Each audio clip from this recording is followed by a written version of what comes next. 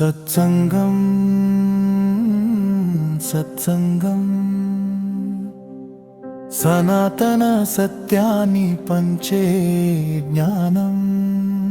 సద్గురువులు మంచి స్నేహితులతో కలసి మెలసి ఉంటే కలిగే సన్మార్గం.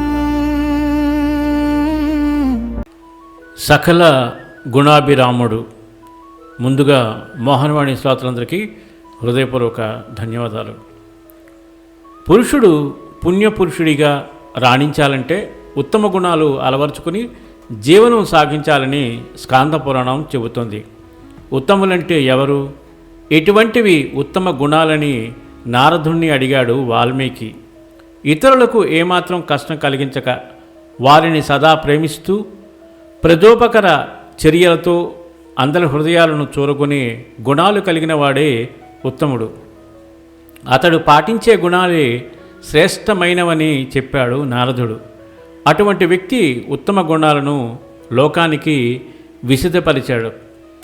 త్వరగా కార్యాన్ని నిర్వహించమని ఇతరులు చెప్పే ముందే దాన్ని నిర్వహించి మెప్పు పొందే లక్షణం ఉత్తములది. ఇది విజయానికి సోపానం. ఎల్లవేళలా శ్రీరాముడు దీన్ని ఆచరించి చూపించాడు. కార్యం పట్ల అలసట ప్రదర్శించక దీక్షతో ముందుకు సాగాలి. యుద్ధరంగంలో రాత్రింబగళ్ళు 14,000 మంది రాక్షసులను ఆలవోకగా జయించి ఏమాత్రం అలసట కనబరచని వాడు రాముడు. ధర్మాన్ని ఆచరించడం మహాపురుషుల లక్షణం.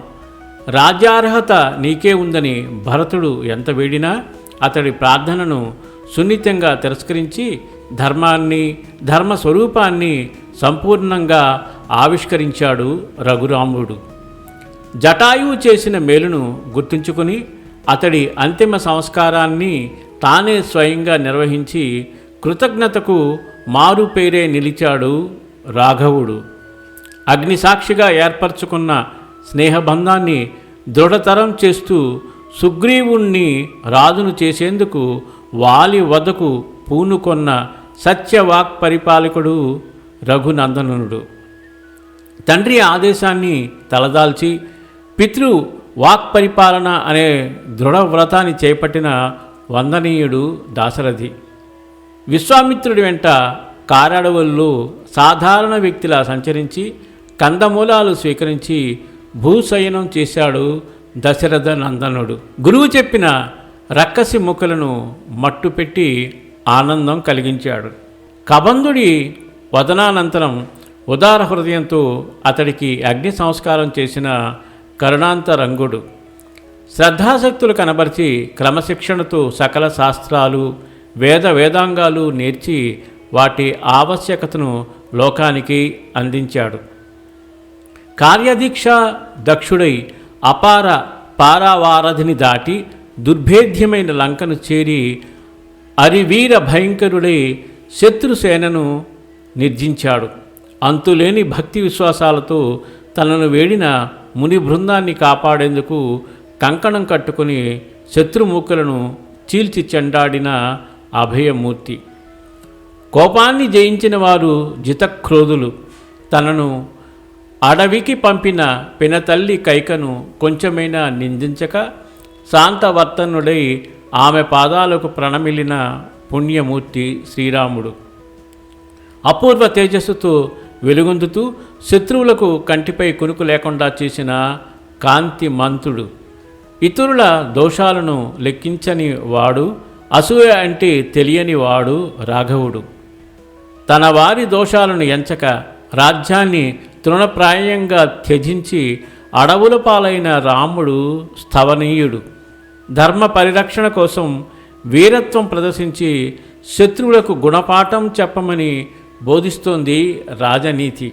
యుద్ధంలో వైరి వీరులను తుదముట్టించి లోక కళ్యాణానికి నాంది పలికాడు శ్రీరామచంద్రుడు. ఇన్ని గొప్ప గుణాల మేలు కలియకే రాముడి జీవితం అని చెప్పాడు నారదుడు. అందుకే ఆయన సకల గుణాభిరాముడు. వీటిలో కొన్నింటినైనా అందిపుచ్చుకొని ఆచరిస్తే మానవ జీవితం ధన్యమవుతుంది. జై శ్రీరామ్, జై జై శ్రీరామ్. సర్వం శ్రీరామార్పణమస్తు. సర్వే జన సుఖినో భవంతు, లోకా సమస్త సుఖినో భవంతు. ధన్యవాదాలు. స్వస్తి. సత్సంగం వినండి, వినిపించండి, వింటూనే ఉండండి. సత్సంగం, ఈ సత్సంగం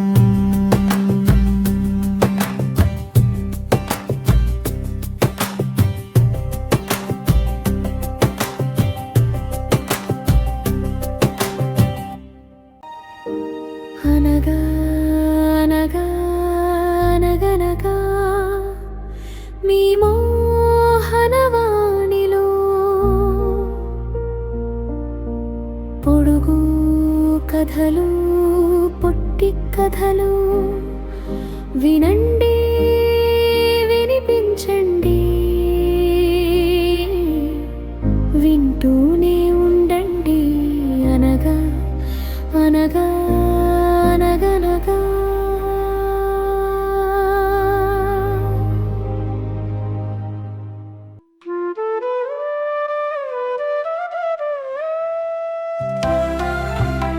సత్సంగం, సత్సంగం భగవంతుని లీలలు, సాధు సత్పురుషుల గాథలు, మహాత్ముల జీవిత గాథలు, భగవంతుని తత్వం తెలుసుకునే ప్రయత్నమే సత్సంగం. ఈ సత్సంగం వినండి, వినిపించండి, వింటూనే ఉండండి. సత్సంగం, ఈ సత్సంగం.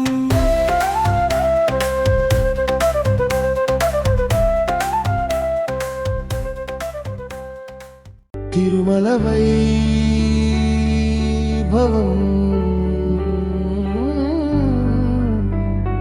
కనులారా కాంచిన వేయి నామాలు కీర్తించిన తనివి తీరనిది స్వామి దర్శనం. కలియుగంలో లభించే పుణ్యం.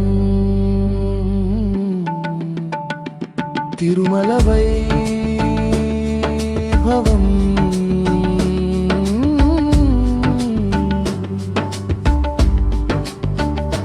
తిరుమల వైభవం.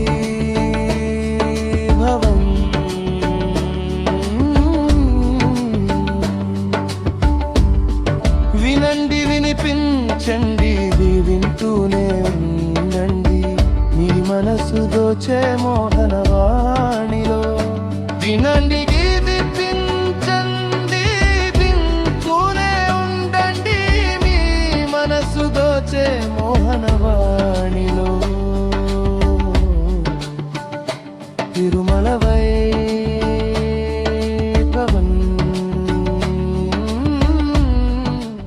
మన కార్యక్రమాలు నచ్చితే ఒక లైక్ చేయండి, మాకు ఎంతో ఎంకరేజ్మెంట్గా ఉంటుంది. అలాగే కామెంట్ చేయండి. కామెంట్ చేస్తే మేము మంచి క్వాలిటీ కంటెంట్ అందించడానికి దోహదపడుతుంది. ఆడియోస్ని షేర్ చేయండి. ఆడియోని షేర్ చేస్తే మన ఛానల్ అభివృద్ధి చెందడానికి ఉపయోగపడుతుంది. ఇంతవరకు మన కార్యక్రమాన్ని చూస్తూ ఎంజాయ్ చేస్తున్నట్లయితే, ఒకవేళ సబ్స్క్రిప్షన్ కనుక చేయలేకపోతే ఇప్పుడే ఈ క్షణమే సబ్స్క్రైబ్ చేసుకుని ఆ పక్క నుండి బెల్ బటన్ మోగించండి. వినండి, వినిపించండి, వింటూనే ఉండండి. మోహనవాణి తెలుగు పోడ్కాస్ట్.